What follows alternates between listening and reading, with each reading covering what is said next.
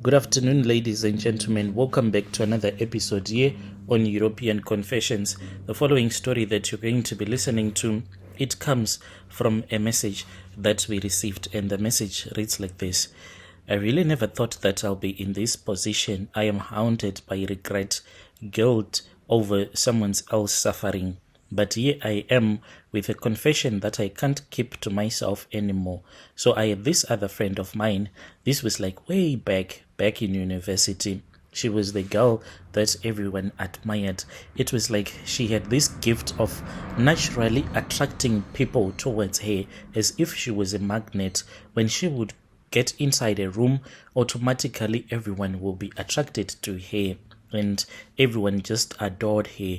But I was envious of her. She had everything: your latest clothes, your best phone, family vacations abroad, because she had a sister who was married to a white man overseas. So they would go there for vacations on a yearly basis, and people seemed to worship the ground that she would be walking on. She was bold, beautiful, and confident in ways that I was not.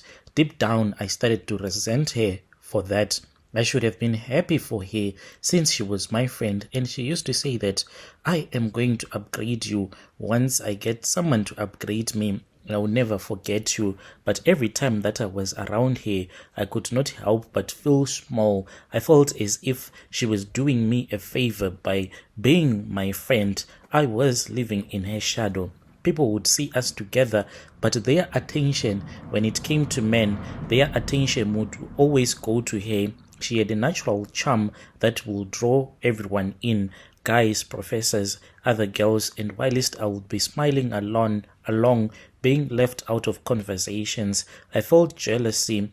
And it was not just her looks or her money, it was her presence. She had this way of making everyone feel like they were special, and I wanted that too. One weekend, she invited me to her family vacation house, and her family was well off, and it showed in everything that they owned.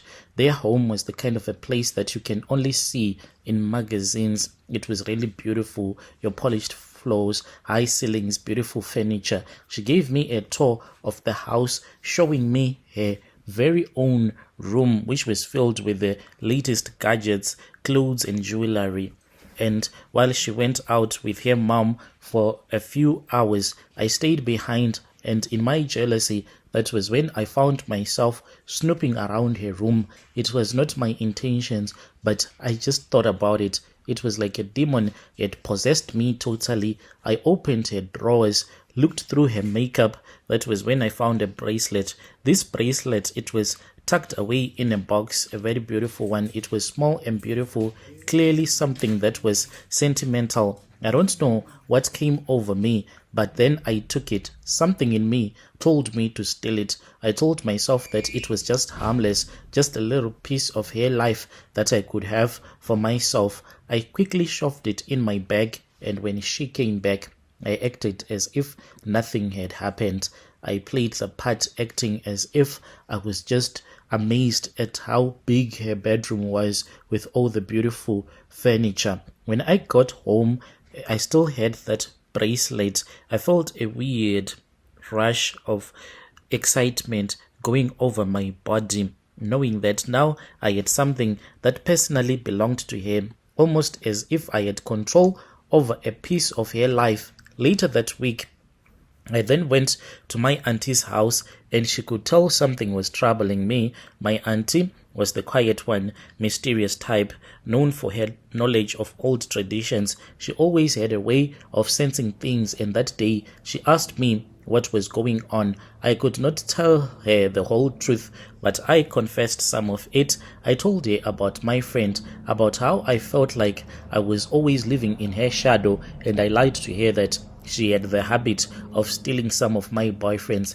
how she used to overshadow me. My auntie listened to me quietly, and she said, "This girl, she is dangerous, but do you know that being envy is also dangerous, but there are ways that we can work around that so that you can have peace in your heart. Her words confused me, but I did not say anything. My auntie asked me if I had something that belonged to my friend with me. I was surprised but pulled out the bracelet and I handed it to her, and she was like, "Have you ever tried to put it on?" And I said no. She then said, good girl, are you sure? Because we are going to use this and we're going to use it with some juju, so I do not want you to get affected.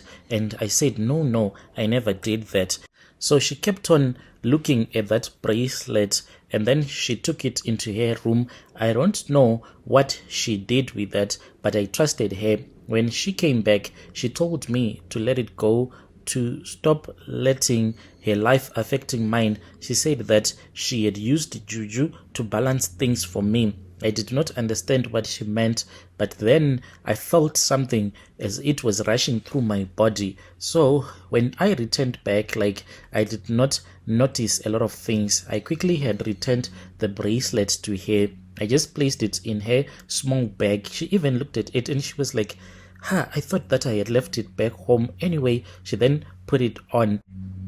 That was when this girl started to act as if she was now a mad woman. This girl, she started drinking alcohol, like her life was now changing. She dropped out of school, and then I heard that she was now heavily addicted into drugs. Each and every time that I would see her, Radhanashi, after I had graduated and had gotten a job, when I would see her, I would feel so guilty, even though she would be clean and like that. But she would tell me that, you know what, friend, like, I am really struggling. I am struggling with addiction. I don't know what to do. Then she will break down and cry. There was this other time when she came to my office, like, she did not look nice at all. To people who knew her, this was not the same girl that I was friends with at university. She came and she broke down, and I saw that she had some drugs inside a small handbag. She took them out and she started taking those drugs right there in front of me. And after that, she felt a little bit relieved, and she was like, whenever I take these drugs, I feel this rush, this high, but after that, I'll start to cry. And indeed, that is what happened. We sat as we were having a normal conversation for about 3 minutes. Then she started to cry, thinking about the drugs that she had taken. She said that it is far much better for me to end my life. And I tried to speak with her. I am married now. I have a stable job and I have a life that I am proud of. But my husband does not even know that his own wife did all of these things to use juju on her own friend. This girl, if you were to see her, she really looks so bad. Now it shows that she is a drug addict. Her hands, she have those scars where she keeps on inserting the needle when she is taking the drugs. She told me that her parents have since disowned her, and this was a girl that had so much future. Like, I never wanted to destroy her future as such, but that is what happened. I spoke with auntie, but my auntie just said it happens in life. At least you stole her destiny, which means that the life that I am living is the life that my friend was supposed to be living. Dear listeners, right there was a message that was forwarded to me by one of our admin. Strange things indeed, they do happen in this world. Yo.